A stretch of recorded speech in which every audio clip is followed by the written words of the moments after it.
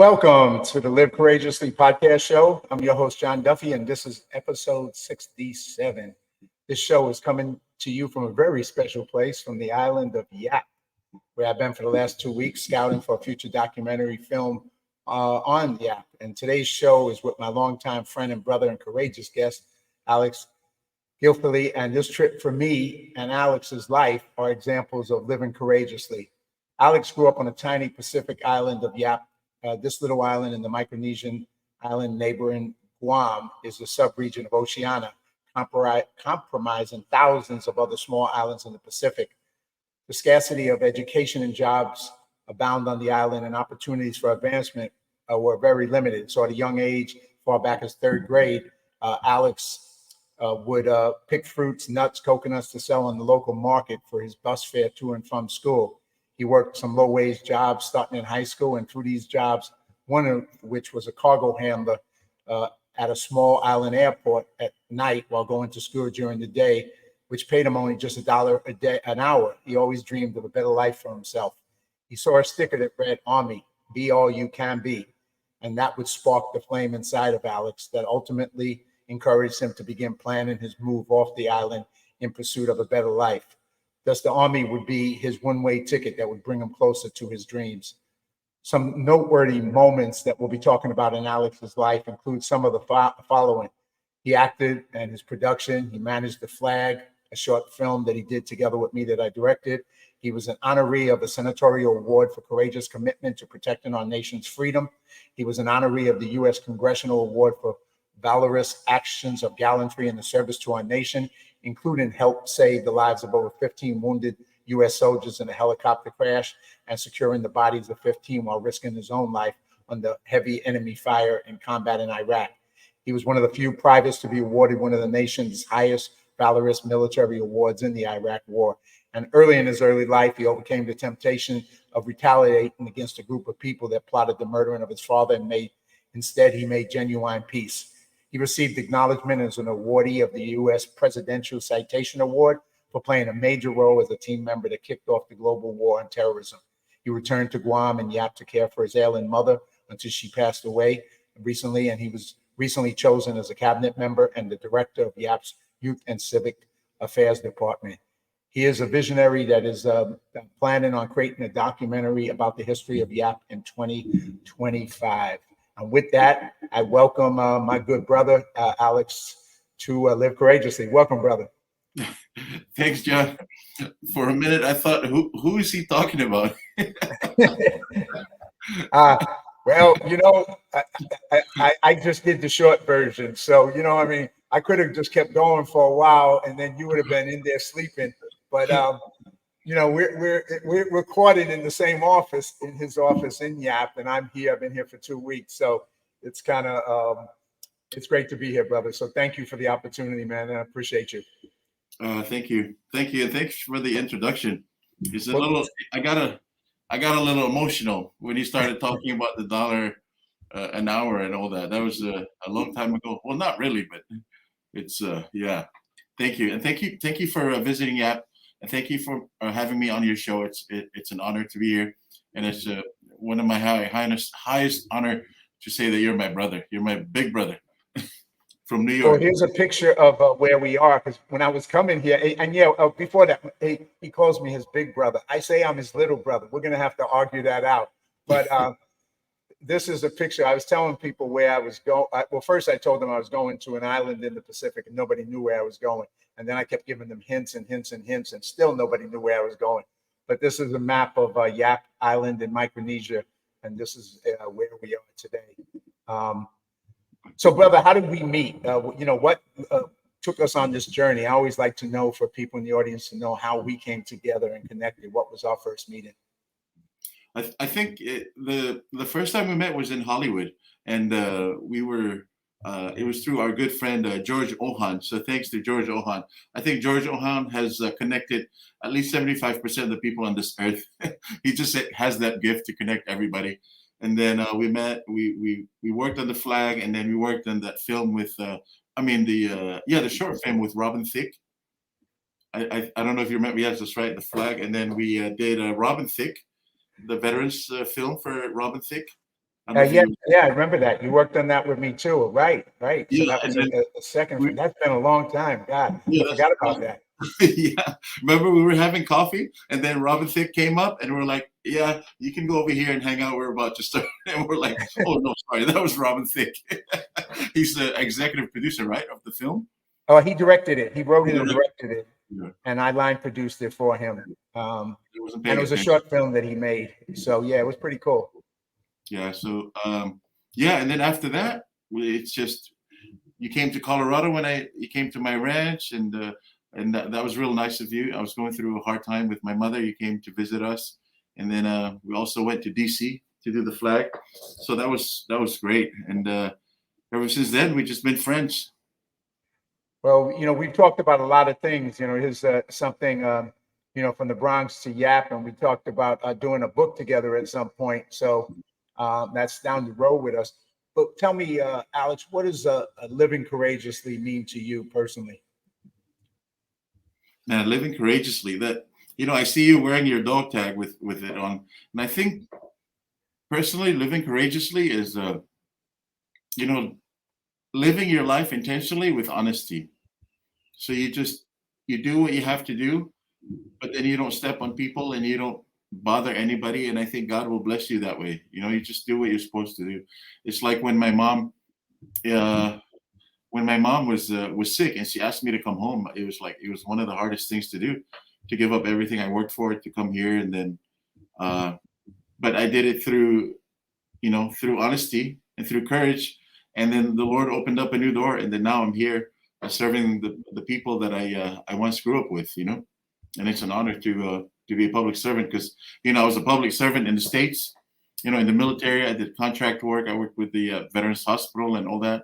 I did a few films, and we did. I co-created the Pacific Islander Caucus, and then now that I'm here, still politics and business and all that. But I think through honesty, um, God has His way of always making things okay for you.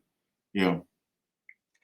Well, I want to kind of go through a little bit of your life. You took me a couple of days ago. You took me to where you grew up, the village and the house where you grew up, and you showed me a little bit of that. And I talked a little bit about what it was like, and you were working when you were young, and then the army became the way out for you. And I want to talk to you about your experience in the army in Iraq and all that. But tell us a little bit about the way what that was like growing up. You also invited me to speak at your high school where you went to high school, and I got to speak to the high school class together with you.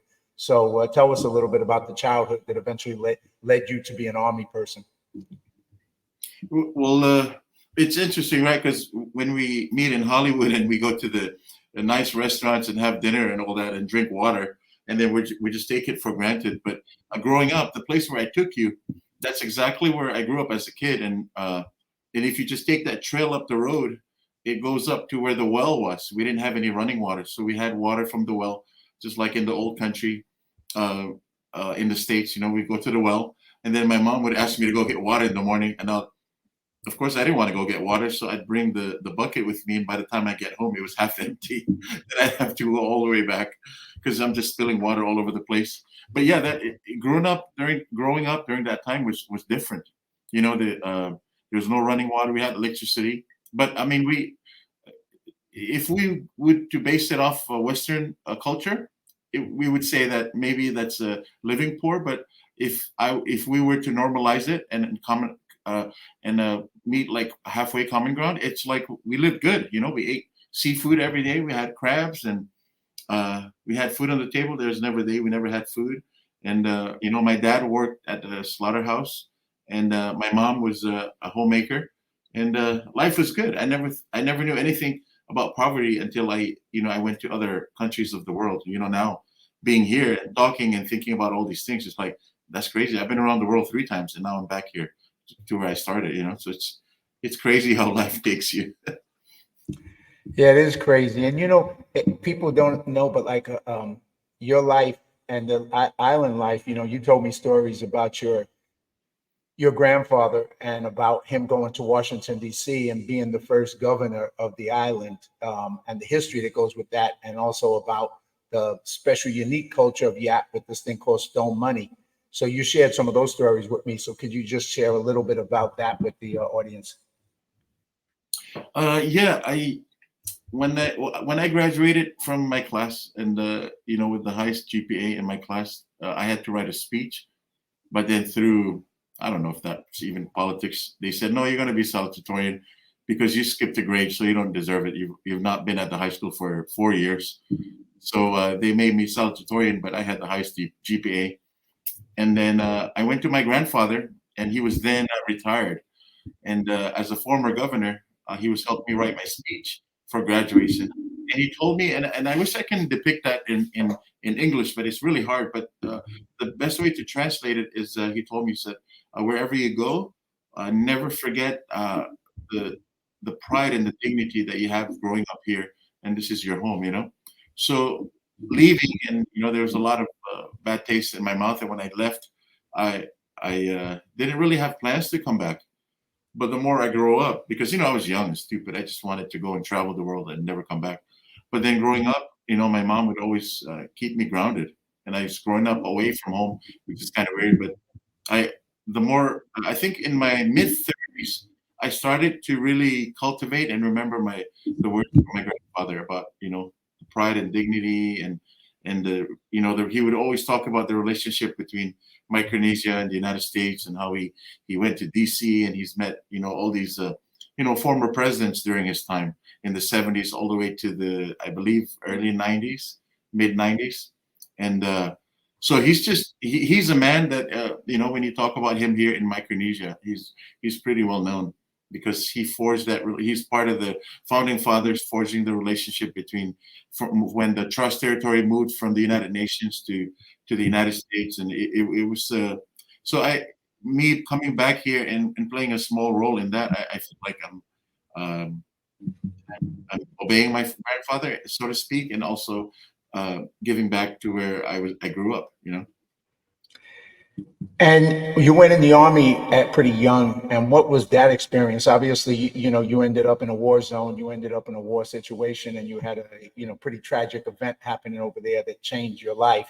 Tell us a little bit about that, because you got a lot of awards for it, but it was also a pretty traumatic experience for you that affected you going forward for a while as well.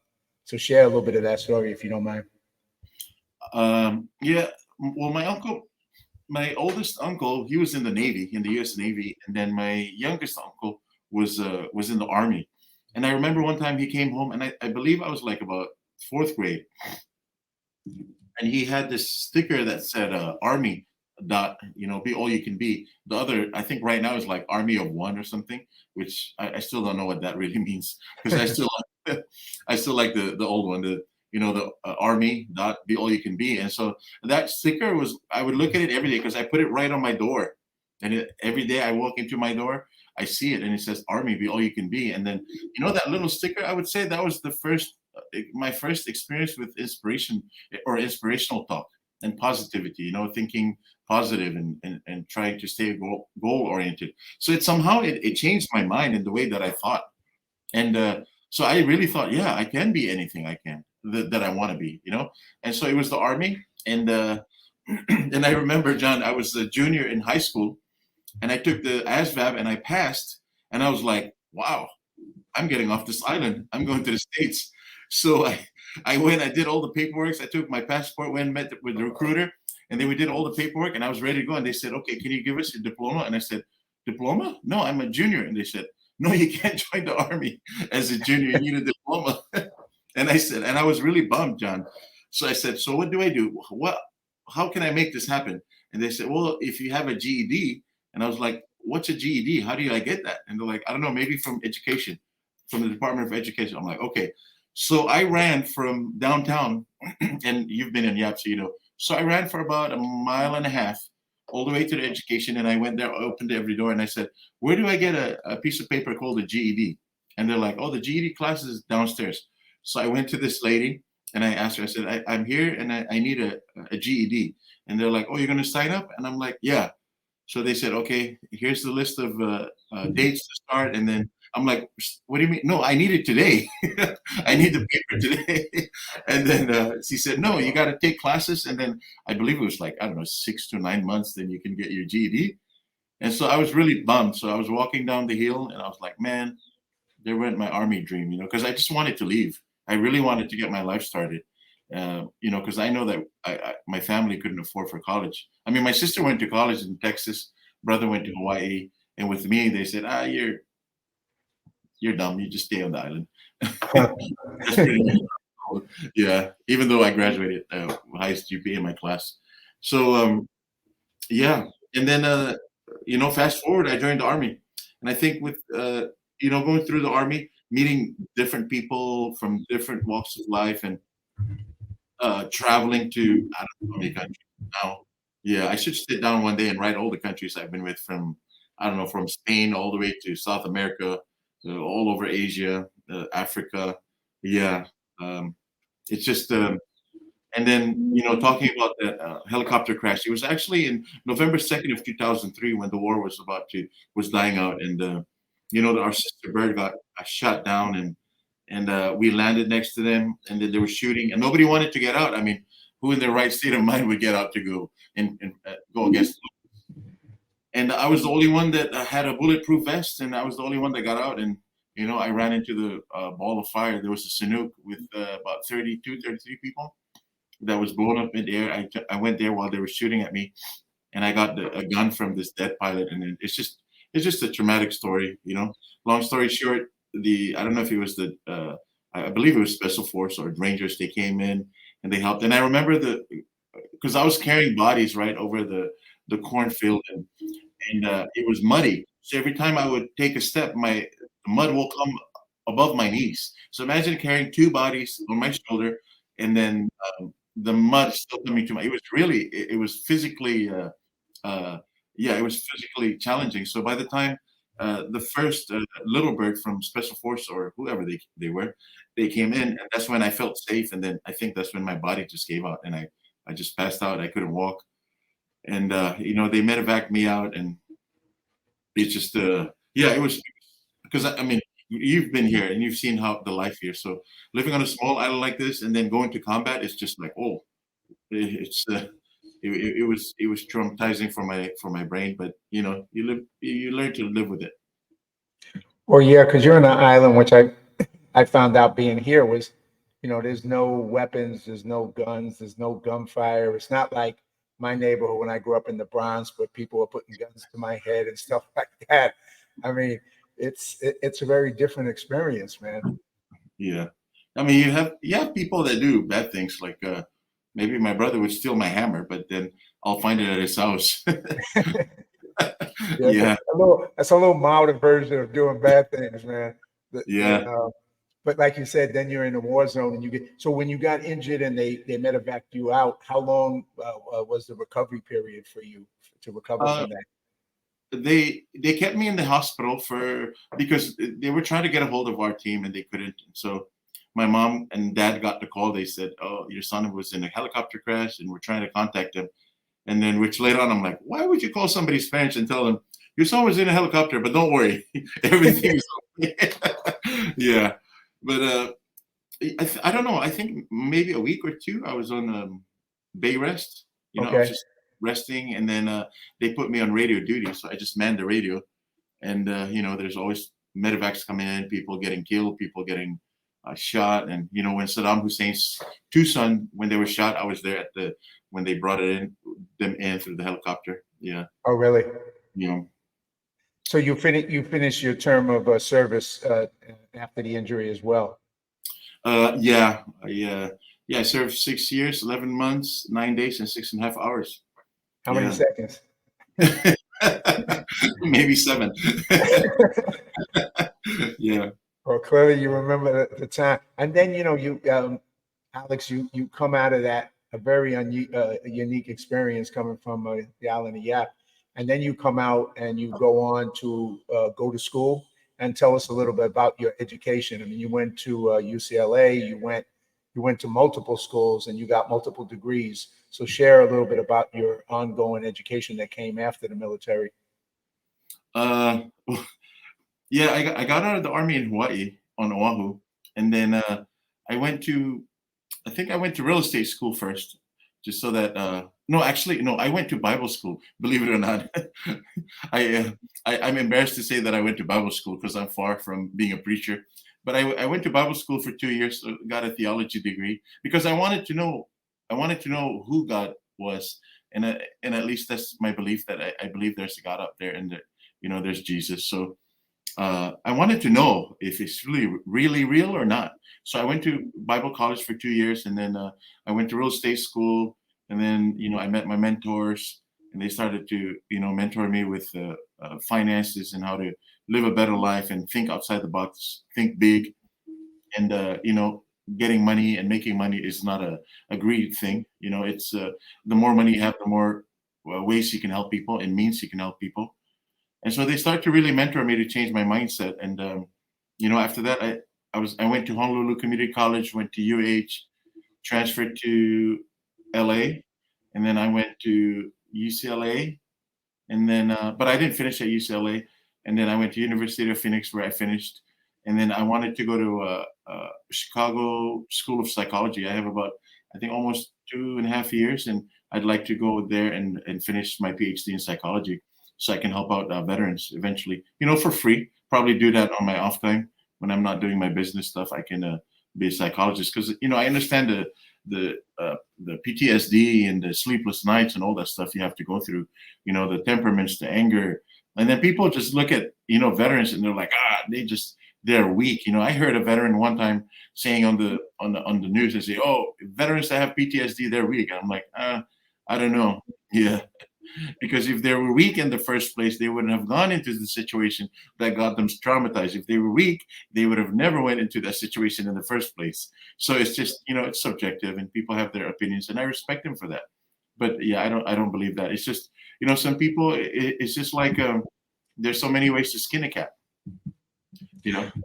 I mean, there's a couple of pieces in there. I mean, because, one, you obviously had a desire to study and learn, and you went through different fields, from Bible study and getting a theology degree to going into real estate, studying real estate, to studying, all the things, psychology, wanting to get a PhD. So one, you were studying, but you were also becoming an entrepreneur in real estate. So you're learning from your mentors, and you started to try and become successful in the field of real estate as well. So that was another side of you. So you had all these things going on, both getting an education and then being an entrepreneur, which is all that is, looking at from the outside, when I met you, is just somebody who's pretty courageous and always constantly growing. So share a little bit of that if you don't mind.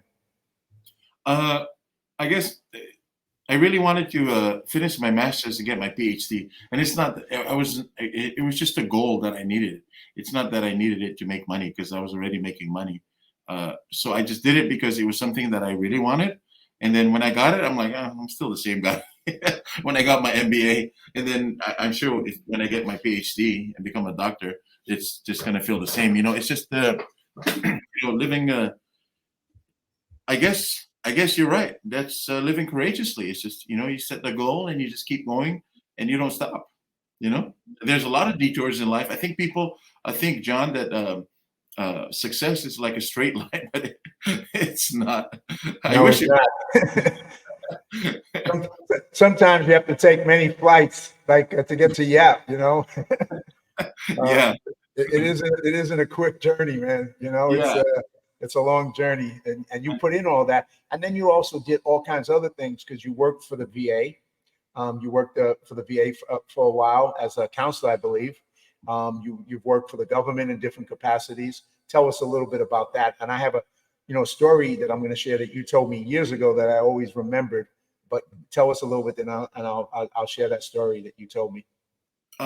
So I was when I was getting my master's, I was doing it's like a work study program. So when you're in school as a veteran, you can help out at the hospital. So I was working, and I would help out. I would go to meetings with veterans who were having really bad PTSD, and then just so that I can sit there and I can relate to them, and they can relate to me, because a lot of times veterans, they would trust people that have seen and done what they've done, instead of just talking to a guy that went to college. And no offense to people that went to college, we need their helps, and everybody needs doctors. But sometimes the doctors that have not done the practical side or witnessed the practical side of PTSD is really hard to relate or understand, because sometimes some days are good, sometimes are not good.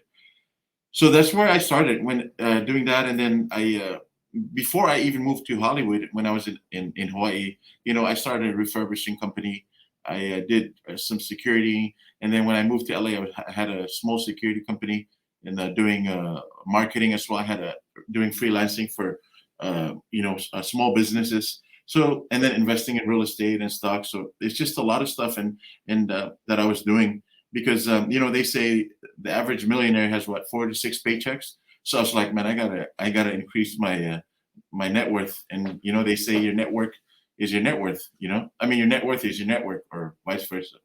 And so Yeah, I like. no, Sorry, go keep ahead. going. No, and that's why I like to surround myself with people like yourself, John.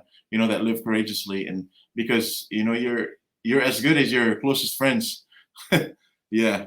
Very true. Very true. And I think, we're lucky to have some good close friends. And I know I have in life. And that's why when we connected, we really became, like I like to say, we became brothers from different mothers, and we had that bond.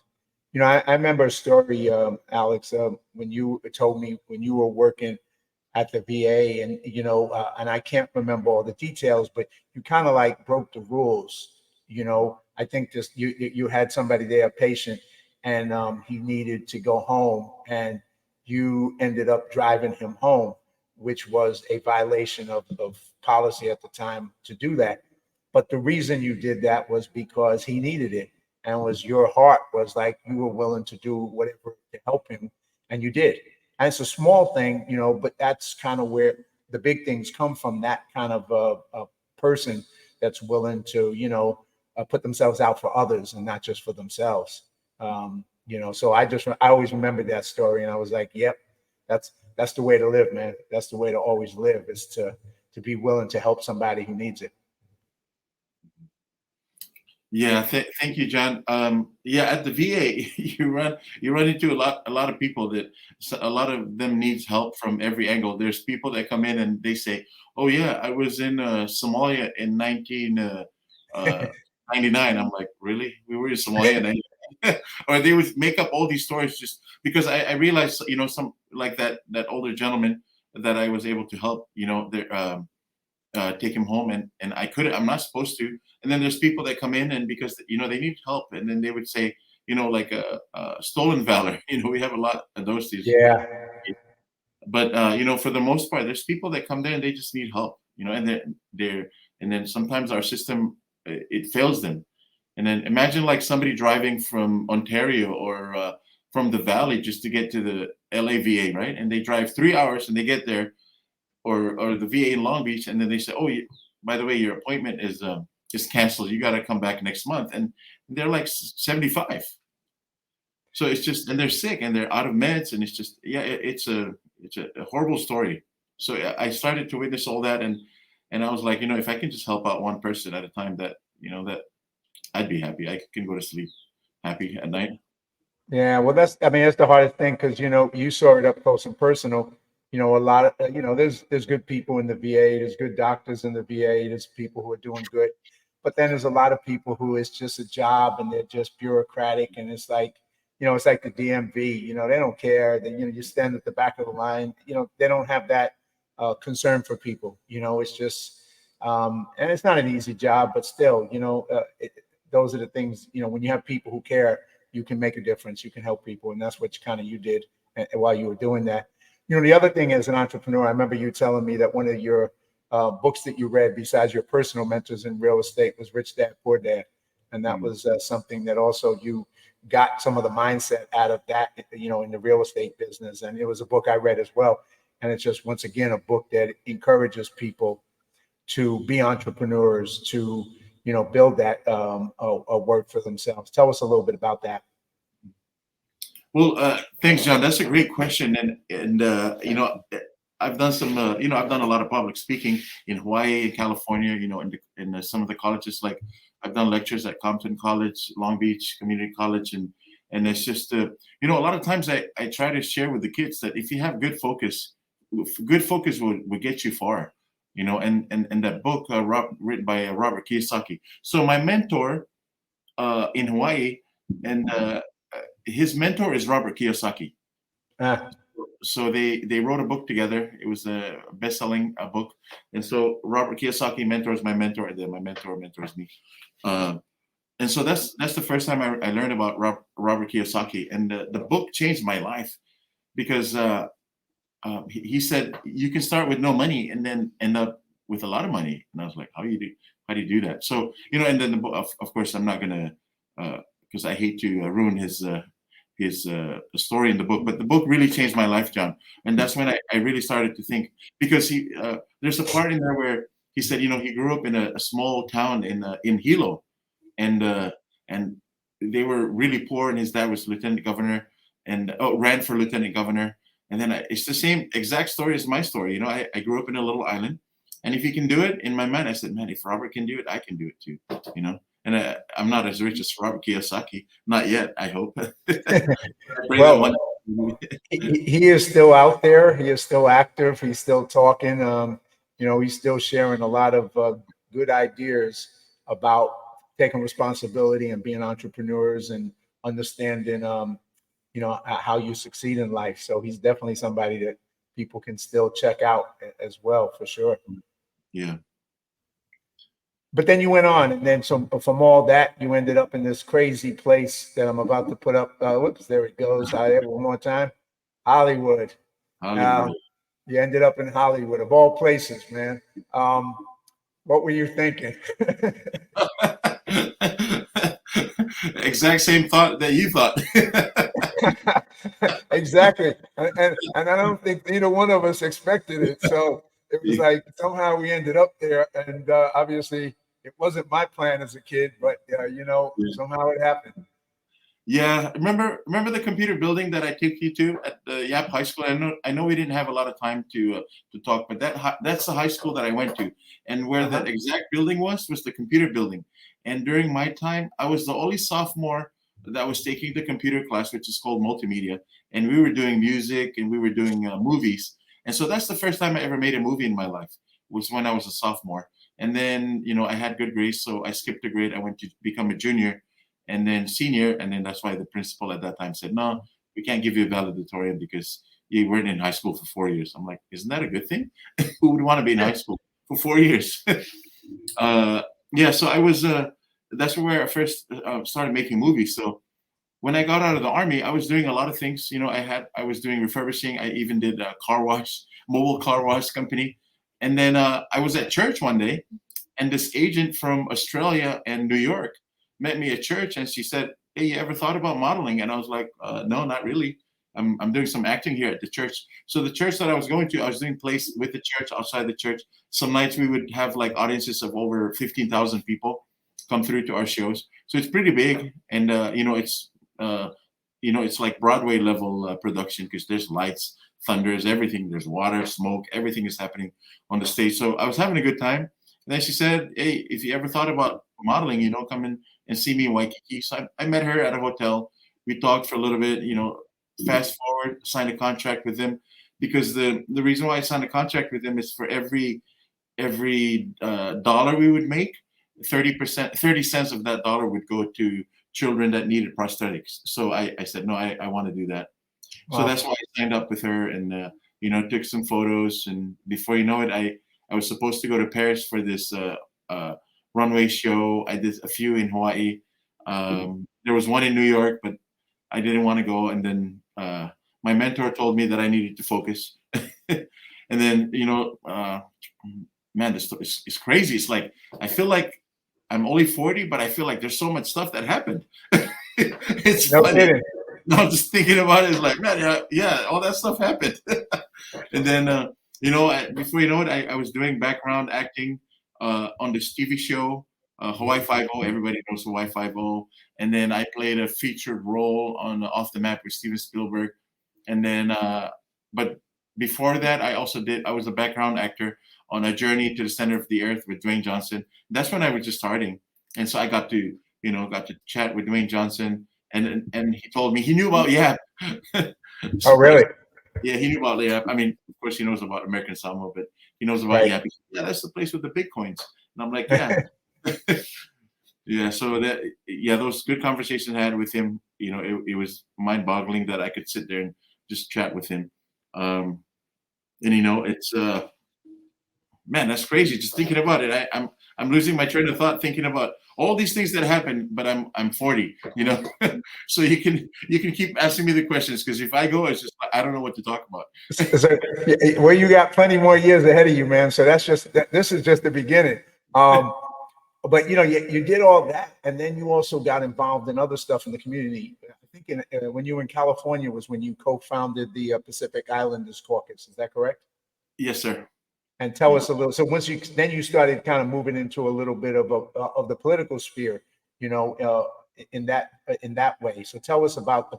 Matter of fact, I went to a screening a few years ago, and I ran into somebody. It was a movie about the Pacific Islands, and he knew you. So, but tell me a little bit about that. Why did you get into doing that? What was the purpose of that? What was your the mission of what you were doing with that coalition, caucus? Mm-hmm. And before I answer your question, that friend of mine, he's a professor at I believe National College or National University down in San Diego, or San Diego Community College at National City, something like that. But he's a professor. His name is John too, actually. Yeah. Yes, that was him, and because after the thing went up, I went up to talk to some of the people, and I mentioned that I knew somebody from Yap, and I figured everybody's going to go yes, so what, whatever, where is that? But he, of course, knew, and not only knew you, and so we had a good conversation. Yeah. What do you call that? Yeah, John actually, when I co-founded the Pacific Islander Caucus, John actually came to the birth of it, and he was one of the people that really supported me, and along with his friend he's from Micronesia, and he's a lawyer, so they both came. But starting that, it's just there's an organization in the States. It's called Asian Pacific Islander, and but the organization is so big that there's barely any Pacific Islanders that go with the organization or gets any types of help, benefits, or anything. So I decided to start the Pacific Islander Caucus USA. Yeah, and I started with a good friend of mine. He's also a political mentor, John Tailifi, and he's very involved with government in California. So we had it, and Matson, the commissioner for Port of LA, Long Beach, the mayor, the congressman from California, Garcetti was supposed to come, but he didn't make it. So it was great. And then we started out, and I first started out, John, actually, because my marketing, my small marketing business, I was doing marketing for them, and then they realized that I wasn't just a marketing guy. They said, "No, you're supposed to be part of this." So I became part of it. I was a stakeholder in the Pacific Islander Caucus, and yeah, it was great. And yeah, it's actually there's a resolution passed in California for the Pacific Islander Caucus that I co-founded. Very cool, man. There's so much, and then you did motivational speaking, which you addressed. And how did you do that? And what about that did you like? I mean, I know you talk to young people and you inspired them, and we're going to talk a little bit about you bringing me to speak to your high school. But how did you get involved in motivational speaking? Why, and what was your why did you enjoy doing that? It all started in Hawaii. I started, people, when I went into filming, and then modeling, and then into filming, and then Auli'i Carvalho, who played Moana on the Dwayne Johnson's Moana. We went to the same church together. She sang, we acted, and when all of a sudden you break a barrier, people want to know how you broke that barrier. And it's obviously like your podcast title. It's because you live courageously, and you carpe diem. You seize every opportunity, you seize the day. And so I think that's what people wanted to hear. So I started to speak in the high schools. And I think I've spoken to about, I don't know how many high schools in Hawaii, at least 6 or 7 that I can think of now. And when Dwayne Johnson came to McKinley High School in Hawaii, he spoke, and then I spoke. So that was pretty cool. Not that on the same time, but the time when I went to go speak to a class, and it was full of Micronesian kids, and I was like, "Wow, that's pretty cool." And they said, "Hey, Dwayne Johnson was here," and I'm like, "Oh, really? Yeah, I sent him here." And then they were all laughing because of course, I didn't send Dwayne Johnson, but I thought it was pretty cool that he came, he spoke, and then I came and I spoke to share my story as an actor and from Micronesia. And yeah, because there's really no actors from Micronesia. I'm the first actor from Micronesia. And Yeah, I think, you're the first one, right? yeah, so I think that's what really inspires them. And so I started from there, and then got to speak at the Aloha Stadium, which is the biggest venue in Hawaii. There was thousands of people. I got to speak there. I spoke, of course, at my church. And when I went to California, I just, meeting the right people, I got to speak at Long Beach College, Compton, various colleges. I also got to speak for veterans organizations and stuff like that to share my story. So it's been, growing up in a small island like this, it's like sometimes I would think like, what do I have to share? And what, I get paid for speaking? It's like, no, I'm supposed to sell betel nut. I'm supposed to sell coconuts. And now I'm getting paid to speak by the hour. It's pretty cool. Well, I know it was cool when we worked on the flag together, and that was a great experience. And that was made up of a lot of military vets who came together. Everybody, myself and a couple other people who were just civilians, but we had a ton of military vets like yourself who worked together, and everybody donated their time, donated their effort to create that project. And we were able to take it, to the GI Film Festival in Washington D.C., which was a great experience for me. And then also we got to screen it, and you were able to attend with me the screening of it at the Smithsonian in Washington, D.C. as well. And that was a great experience because we got to hang together in D.C. And spend some time and get even, closer at that point. So, that was just one more thing on this path that's going to take me eventually to here, right? So, but we did things together, and that was part of why we ended up and then of course I hung out and visited you in when you had your place in Colorado, and that was a pretty cool experience. You actually taught me some shooting with your guns, which I'm not as competent as you are clearly. So it was a fun learning experience for me doing that as well. But yeah, we've done some things together, Alex. Yeah. Yeah. I remember we were sitting in the garage, and you were telling me about your daughter, and then it was kind of like an emotional moment for both of us. And then you told me about the movie that you're writing, Goodbye, My Friend. Man, every time I think about that story, it brings tears to my. I think that's a beautiful story, and I know that you're gonna get the resources to film that movie. That movie somebody needs to see it. It'll change their lives, because it's like Goodbye, My Friend. Remember when you were talking about the dancing, the last or the part of the scene, one of the scenes you were sharing with me, and I was like, man, that's like a powerful scene. When you were dancing and what she said when you were dancing with her, it's like, wow, I was blown away. Yeah, it's one of the most powerful. I've had so many powerful experiences in my life, but that was one of them. I mean, she was a girlfriend of mine who, we stayed close friends when we parted, and she ended up with AIDS, and her child died of AIDS, her husband died of AIDS, and then she was dying of AIDS, and I was with her, and in the end, and at that point I was in trouble. I had like $100 to my name. My life was, a drunk driver destroyed my car. I was kind of like really struggling, but I didn't care. I was there to help her, and she was worried about me, even though she was dying. And that one story you're talking about was, we danced around her apartment to Prince, and she had her IV bottle as we were dancing. And it breaks my heart every time I think of it. But she gave me a message. She empowered me because she was worried about me, and here she was dying, and she was concerned with me. And I was like, at that point, I realized I had no problems. That whatever problems I had, I could deal with it.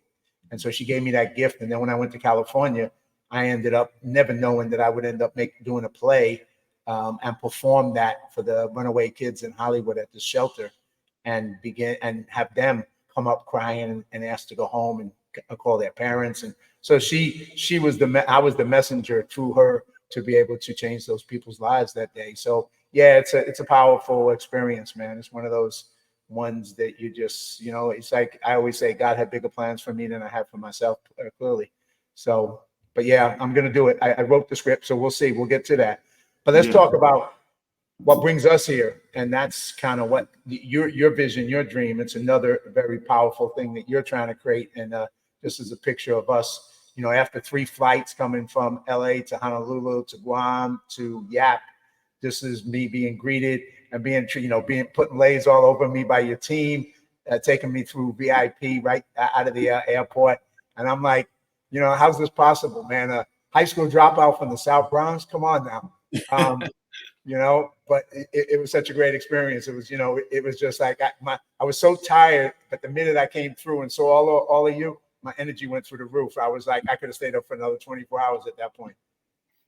Yeah, no, believe it or not, my staff was like, man, I think like for months we've been talking about John Duffy and, getting the funding for all this, and because for the, the film, which we'll talk about in a minute, but, trying to get the funds and, doing the whole politics side of it and clarifying and verifying and everything. So it's like, okay, no, John Duffy can come next month. And we're like, no, he can't come. They didn't approve the funding. No, next month. And then, no, John Duffy can't come.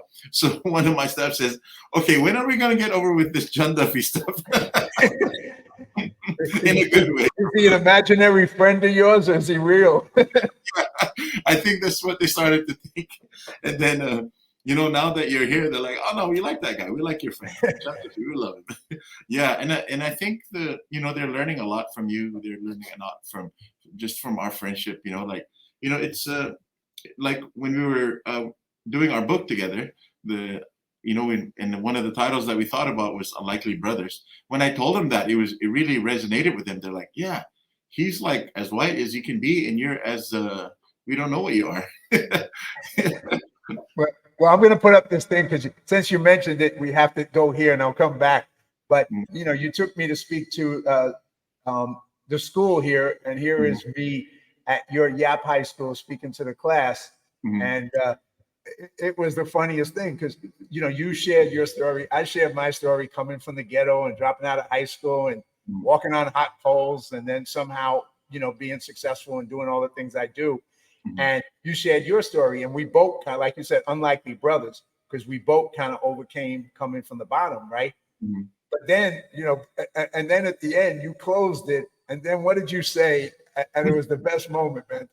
Tell people that. I just loved it. I died, man. I died. So did they. Go ahead. Tell us that. No, I was telling him, I said, so, I told him the whole story, and I said, and he is and then I pointed to you, and then they were like, I said, white guy, and I am and then they were all like looking, like, and then they were all laughing. So I was like, he is and then they go, white guy. And I was like, and I am brown guy. And I was like, yeah, do you see any difference? They're like, when you cut your skin, it's red. And I'm like, yeah, if he can do it, I can do it. Or if I can do it, he can do it. I want them to, grow up and go experience the world, not being segregators or, judging people based on their skin color. And I really want them to grow up having that level of intellectuality, I guess. Yeah. Well, I think, we both shared some very good lessons with them, life lessons and inspiration and motivation. But that kind of summed it up, kind of took it real, like for real, we're both different, we're different colors, but we got the same blood. We cut, we bleed red, right? And at the end when we hugged and everything, it was we're brothers. We're unlikely brothers, but we're brothers. And they can, if we can do it, they can do it. And it was that message to them, that encouragement, that inspiration, that it was great to be in your high school with you, to give it to the school that you grew up in. I mean, it was pretty powerful, man. I appreciate you for giving me that opportunity. Yeah, no problem. And then, back to the other part of your question about the documentary, that film, and I'm very grateful that you took it upon yourself to come here, visit us, and even though we don't really have a budget for it yet, we just have the budget for somewhat a pre-production. And before I even came back here to help out with the government in the little capacity that I do, I came here and I wanted to do that film. A group of people approached me from the Historical Preservation Office and they said, we want to do a film and can you help us do a film? I'm like, yeah. So it started out that we had a few meetings. It was going the right way, and then all of a sudden somebody threw a wrench into it and said that I'm trying to come here to steal money and do this. I'm like, you know what? I don't want to waste my time. I extended my stay to talk about this film, and then now I'm getting accused of trying to steal money or like siphon money out of the government. And so I just left.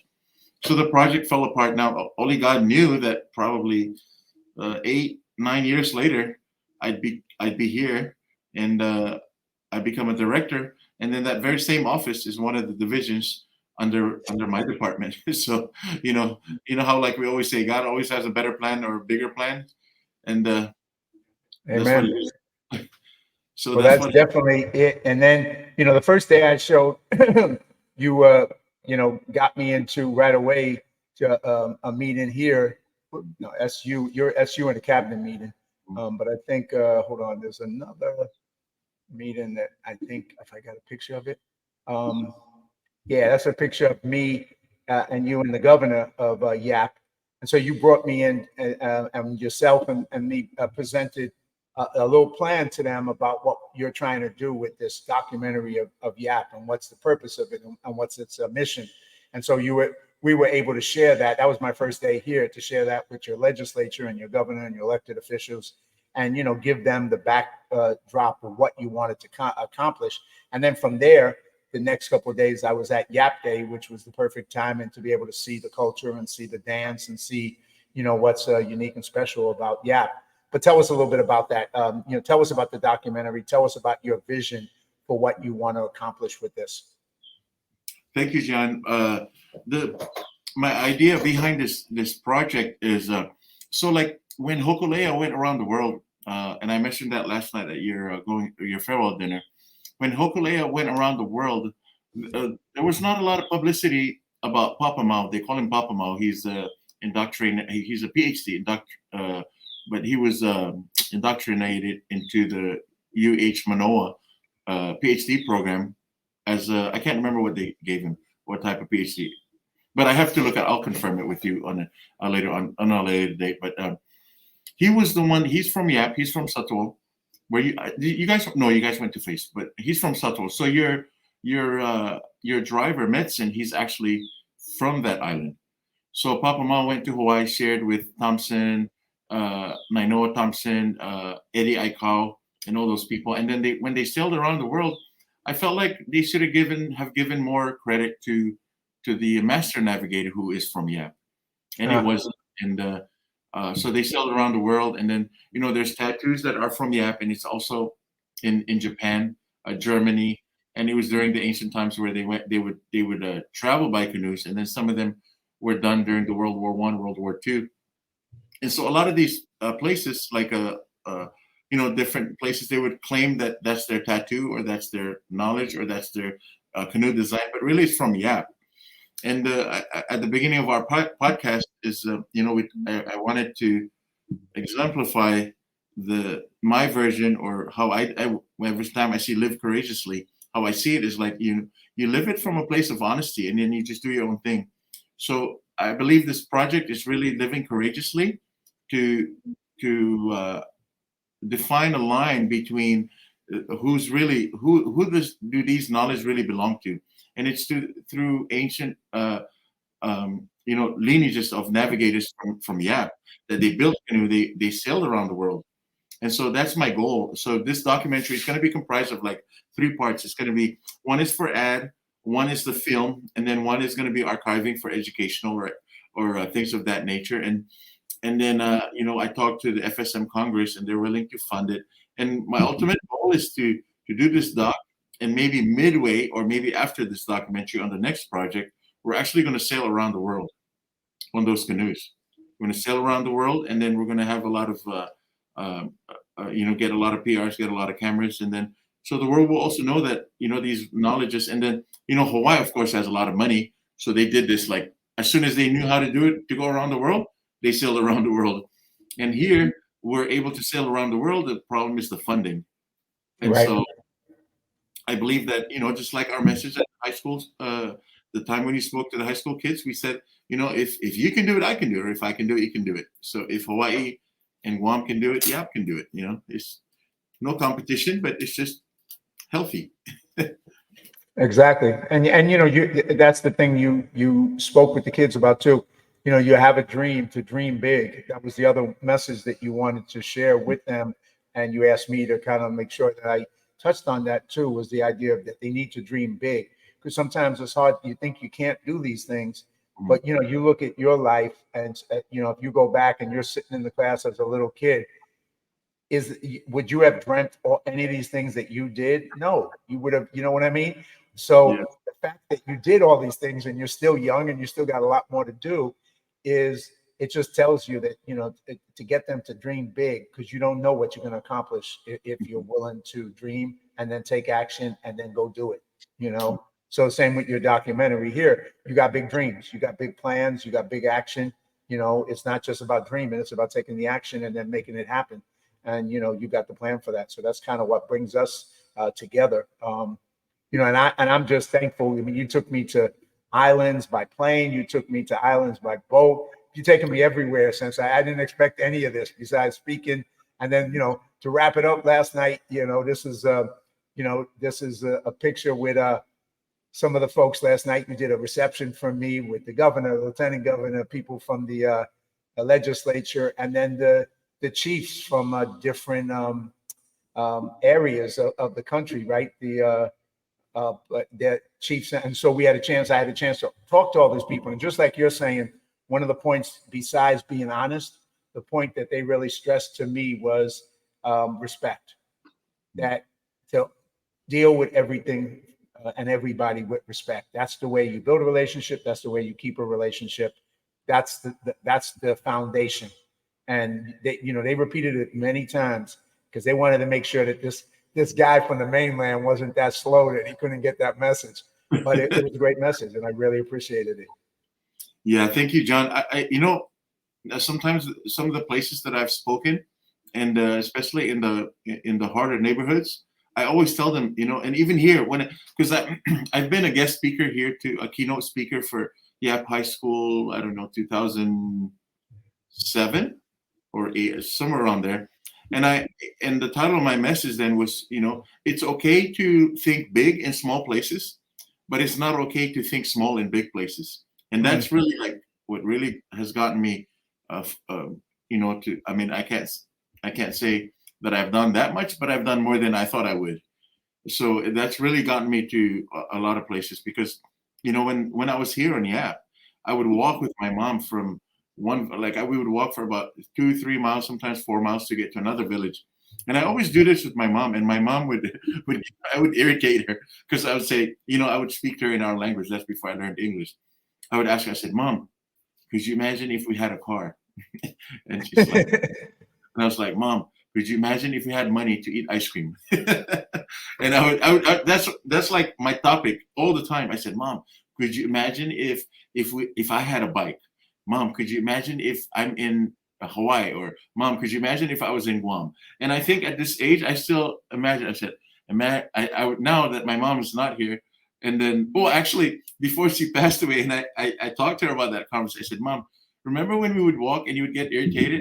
Like, yeah, that's all the time with you. And I was like, yeah, that's because you love me. And I said, remember, I would ask you, like, Mom, remember, Mom, imagine if we had car.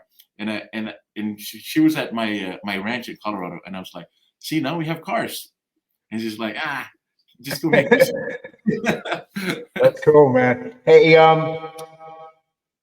any closing thoughts? And you've done so much. You've gone from obviously school to military to entrepreneur to real estate to politics to this big dream of doing the documentary of Yap and future things in the political world that you're in. what's your any future ideas? You know, you're on the cabinet. Any ideas? Maybe governor or something like that.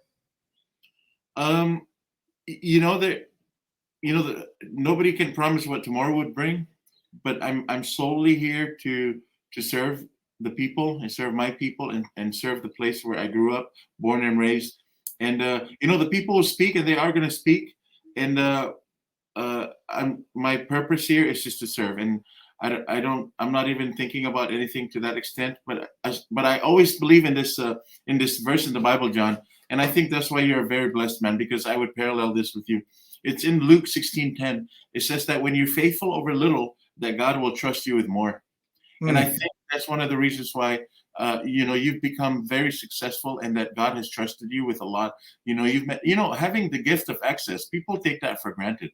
But being able to meet people that are famous and people that are powerful is a gift from God.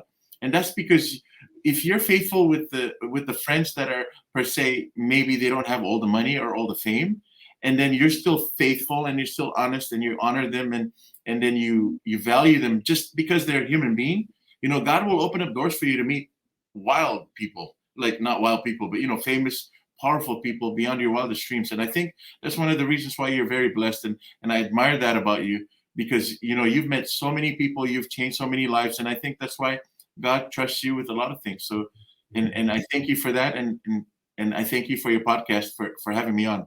Hey, thank you, brother, and thank you for those kind words. And I am blessed with all the great people and the brothers that people who become, because I grew up, I had no family. It was my mother, my brother, and me. But now I have the biggest family in the world, like you. You're my brother. I have so many. My family's grown so big, because even though I started out small, it grew. So God gave me all these a bigger family, and I'm blessed, and you're a big part of that blessing, brother. So thank you very much. I'm gonna put on something from the island to end us, and see if we can end on that note. So hang in there, don't leave yet. All right.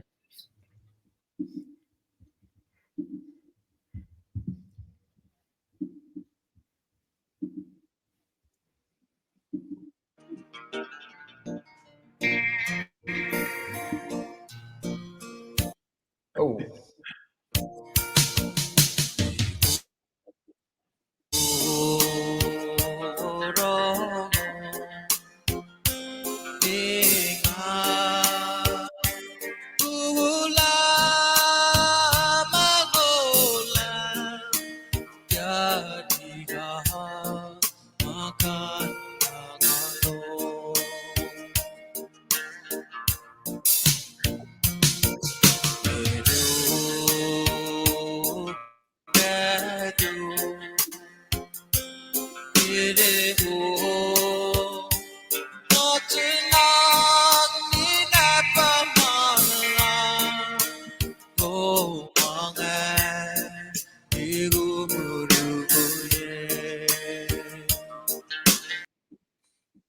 All right, and I'm just gonna walk it in, man, and walk it into.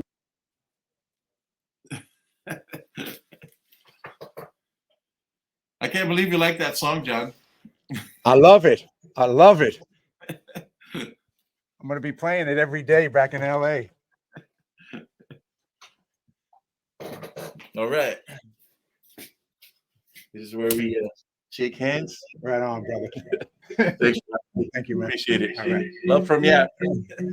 And now we went.